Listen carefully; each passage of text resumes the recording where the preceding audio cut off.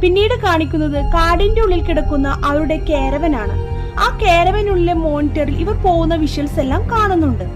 ഇതിനിടയിൽ കാട്ടിനുള്ളിൽ മൂത്രമൊഴിച്ചിരുന്ന ക്യാമറമാന്റെ ഹെൽപ്പറിനെ ആരോ പിന്നിൽ നിന്ന് കഴുത്തറത്ത് ആക്രമിക്കുകയും തലയൊക്കെ കീറിയെടുക്കുകയും ചെയ്യുന്നുണ്ട്. ഇതൊക്കെ ക്യാമറയിൽ കാണിക്കുന്നുണ്ടെങ്കിലും ബാക്കിയുള്ളവർ ഇതൊന്നും കാണുന്നില്ല. ഈ സമയത്ത് ആ മത്സരത്തിലുള്ള 2 ലേഡീസ് ഒരുമിച്ച് നടന്നു വരുന്നുണ്ട്. അതിലൊരു ലേഡി ചോദിക്കുന്നുണ്ട്, നമ്മുടെ ഫുഡിന്റെ കാര്യങ്ങളൊക്കെ എങ്ങനെയാണ്?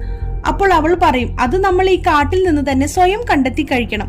അങ്ങനെ അവർ ഓരോ കാര്യങ്ങൾ സംസാരിച്ച് നടന്നു പോയിക്കൊണ്ടിരിക്കുകയാണ്. ഈ സമയത്ത് നമ്മുടെ മൈക്കിൾ കാട്ടിനുള്ളിൽ എത്തിയ ഡിവൈസ് കണ്ടുപിടിച്ചിരിക്കുകയാണ്. അയാളും ഈ മത്സരത്തിൽ പങ്കെടുക്കുന്നുണ്ട്. അയാൾ ഇവിടെ നിന്ന് അയാളുടെ കാർഡ് ഇട്ടതിന് ശേഷം അവിടെ നിന്ന് തിരിച്ച് വണ്ടിയുടെ അടുത്തേക്ക് പോകുമ്പോൾ ആ വണ്ടിയുടെ 2 ടയറുകളിൽ അമ്പ് തറച്ചിരിക്കുന്നു.